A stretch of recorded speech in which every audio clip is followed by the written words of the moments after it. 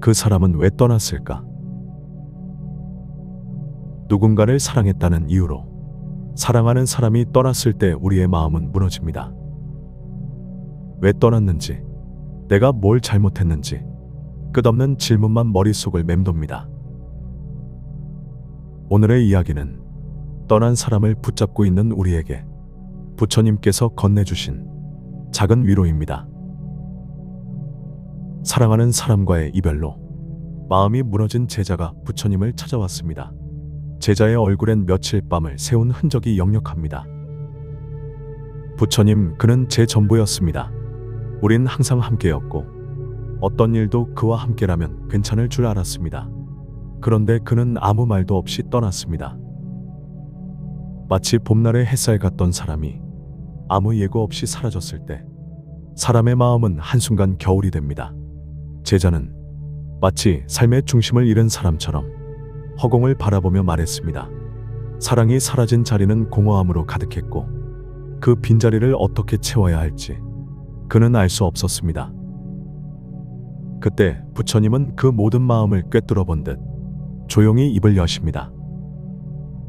그 사람이 너에게 소중한 인연이었을지라도 모든 인연은 한 자리에 오래 머물지 않는다.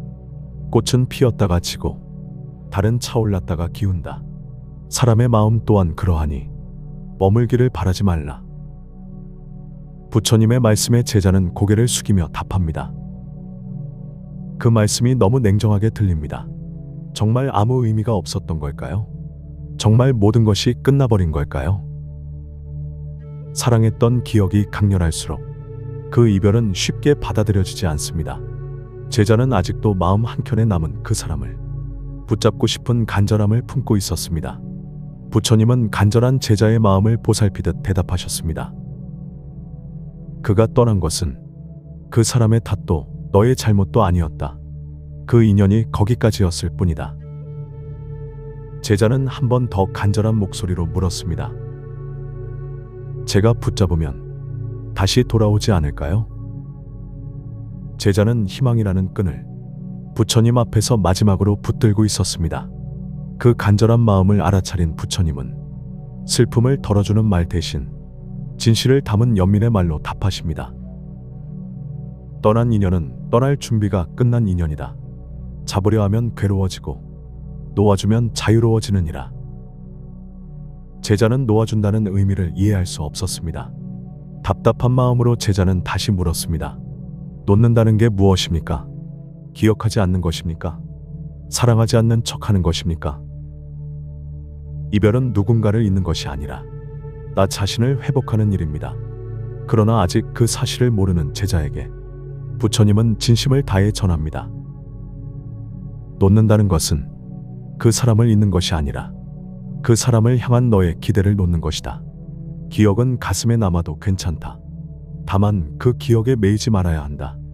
부처님의 말씀에 제자는 원망 섞인 목소리로 답했습니다. 그 사람은 변했습니다. 예전엔 날 사랑했는데 지금은 차갑게 등을 돌렸습니다. 왜 사람은 변하는 겁니까? 제자는 진심을 다해 사랑하던 네가 자신을 떠나간 것에 대해 납득할 수 없었습니다.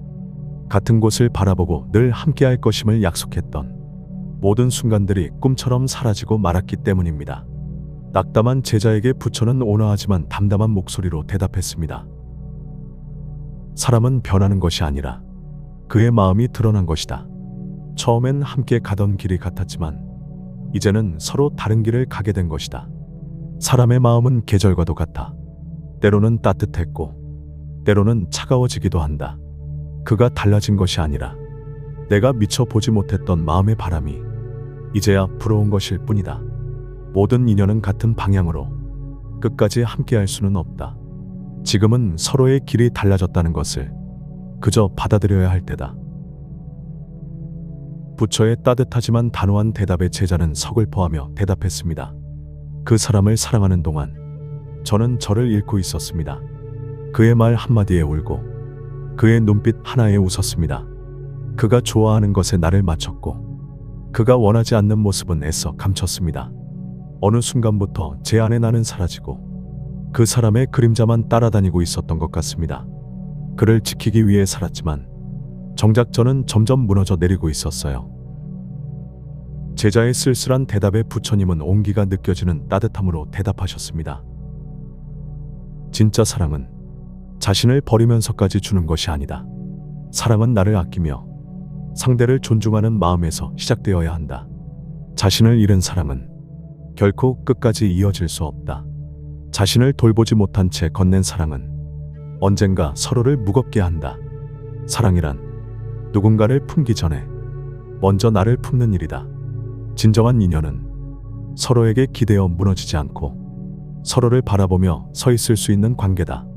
그를 사랑했다고 믿었지만 그 사람을 붙잡지 않으면 내 자신이 무너질 것 같았던 건 아니었느냐? 의지였는지 두려움이었는지 이제는 조용히 너의 마음을 들여다보아라. 그리고 기억하거라. 사랑은 누구보다 먼저 나를 안아주는 것에서 시작된다는 것을. 조용히 부처님의 말씀을 듣고 있던 제자는 무언가 생각에 잠기는 듯했습니다. 부처님은 고요히 제자를 바라보았습니다. 잠시 후 제자는 힘들게 입을 열었습니다. 그는 제게 전부였기에 그가 없어진 지금 제 마음엔 공허함만 남아 있습니다. 그 공허함은 처음엔 너무 커서 숨 쉬는 것조차 힘들었습니다. 하지만 이제는 그 빈자리에 다시 무언가를 채워보려 합니다. 천천히라도 조용히라도 이제는 저 스스로의 삶을 살아보고 싶습니다. 마침내 제자는 그 사람의 자리를 비워두는 대신 그 자리에 자신을 앉히기로 결심합니다. 그 결심은 아직 작고 여린 씨앗이지만 부처님은 그 씨앗을 따뜻하게 감싸며 말씀하십니다. 그 마음이면 충분하느니라. 공허함은 결핍이 아니라 새로운 가능성을 위한 공간이다. 떠난 인연이 남긴 자리는 슬픔으로 메우는 것이 아니라 너의 빛으로 채워야 할 자리이다. 이제는 너 자신을 위해 꽃을 피워라. 누구의 사랑에 기대지 않아도 너는 스스로의 빛으로 충분히 아름다울 수 있다. 시간이 걸리더라도 괜찮다. 멈춰도 괜찮고 울어도 괜찮다.